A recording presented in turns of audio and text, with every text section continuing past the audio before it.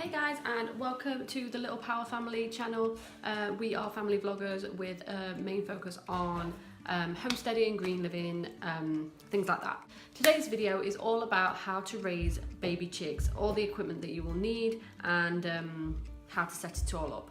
So let's get cracking. Okay, so one of the first things you want to consider when raising chicks is if you are going to get hatching eggs or actually buy chicks that have already hatched. If you buy hatching eggs, you need to be prepared for the fact that 50% probably are going to be male chicks. You have to decide whether you are in an area that will be okay for you to have a cockerel. We can't, we're in a built-up area, we can't have a cockerel, our neighbours would not appreciate it at all.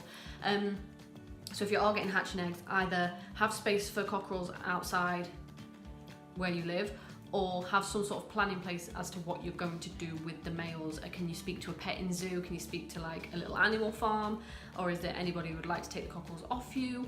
Anything like that if you cannot keep them and have them grow up as cockerels on your land. We can't do that. Like I said, we are in a built up area. Our neighbours would not be impressed with that. So we decided to go for chicks. Now, chicks are notoriously difficult to sex when they are first born, so we decided to go for a breed that can be auto-sexed at birth. They look different, so you know you're getting a female, and they are called cream leg bars. I'll put a picture up right now. Basically, the cream leg bars, the differences are that the male have a white spot on the top of their heads and the females do not. So you can see in this picture, you can really see the difference between males and females, so we knew exactly what we were getting. So those are the ones we got. And cream leg bars also lay blue eggs, so that will be really interesting when they start laying. Leg bars start laying at about 26 weeks old, and they can go outside from about 5 to 6 weeks old. So with all that said, let's get the setup sorted. Okay, first of all, you need a container to keep the chicks in that they're not going to be able to easily get out of. It can be anything. It can be a cardboard box, it can be a paddling pool, anything. As long as the room they're in is safe, then you can put them in just about anything. We've got ours in our living room at the moment, as we do have a cat.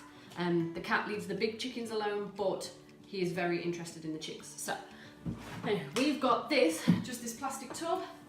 I chose a see-through one so I can kind of keep an eye on what they're doing. So yeah, that's what we use. So there you go.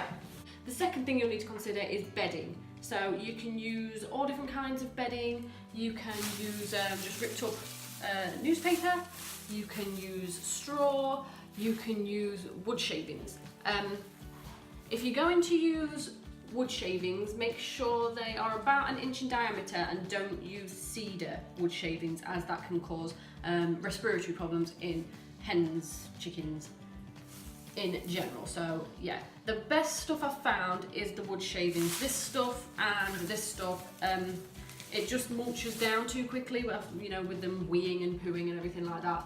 The wood shavings seem to be the best thing we have found. So I would use what you want, but that's what I would use anyway. The next thing you will need to do is heating. They need heat.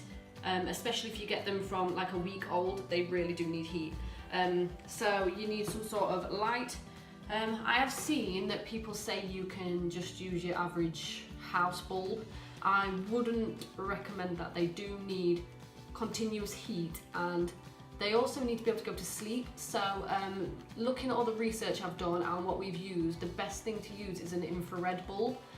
Go for about 100 watt, 150 watt. We also got this holder. I will put a link to where you can buy it in the description below.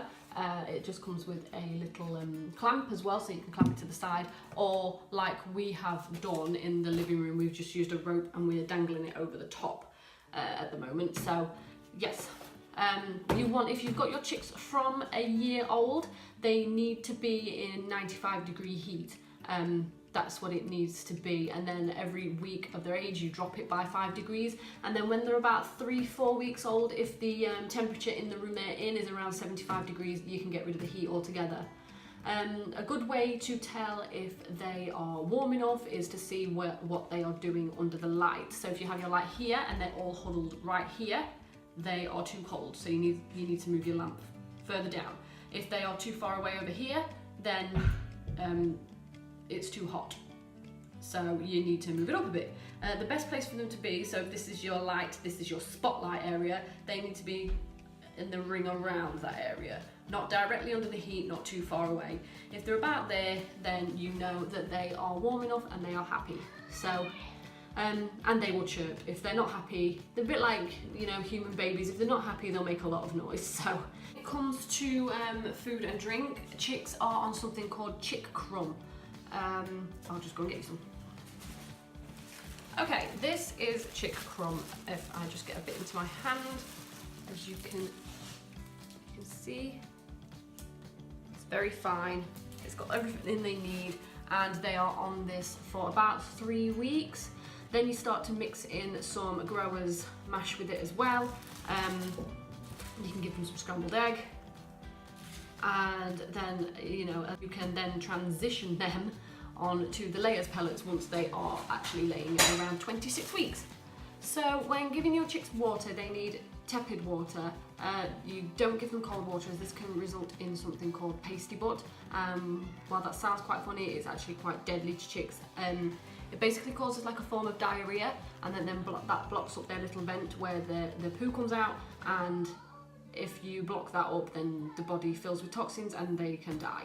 So you need to make sure it's tepid water. If they do get pasty butt, then as long as you catch it early, it's really easy to fix. You just get hold of your chick and you put them under some warm running water. Obviously make sure it's not going to burn them. They are going to squeak, but it's for their own good. And then just get some cotton pads or anything like that and just work the poo off them. Be really careful because it can pull their feathers out, so be really slow, really gentle, and just clean all the poop away. Be also careful not to pull their umbilical cord if they are really young. It'll just be like a little thing sticking out just underneath the vent. Do not pull this, as you can pull their insides out, and we don't want to do that. So yeah, tepid water all the way. You can just put it in a little tub, just make sure they can't fall in it, or you can get a little feeder. Same with the food, put a little feeder in there, a little tub, and they'll just eat and drink as and when. They're not like dogs or anything like that. They will just eat when they're hungry. They won't eat it all just because it's all there. So just leave a continuous supply. Yeah, that's basically all the setup you need for baby chicks. So I'll show you getting it all set up, and then I'll show you all the chicks in it.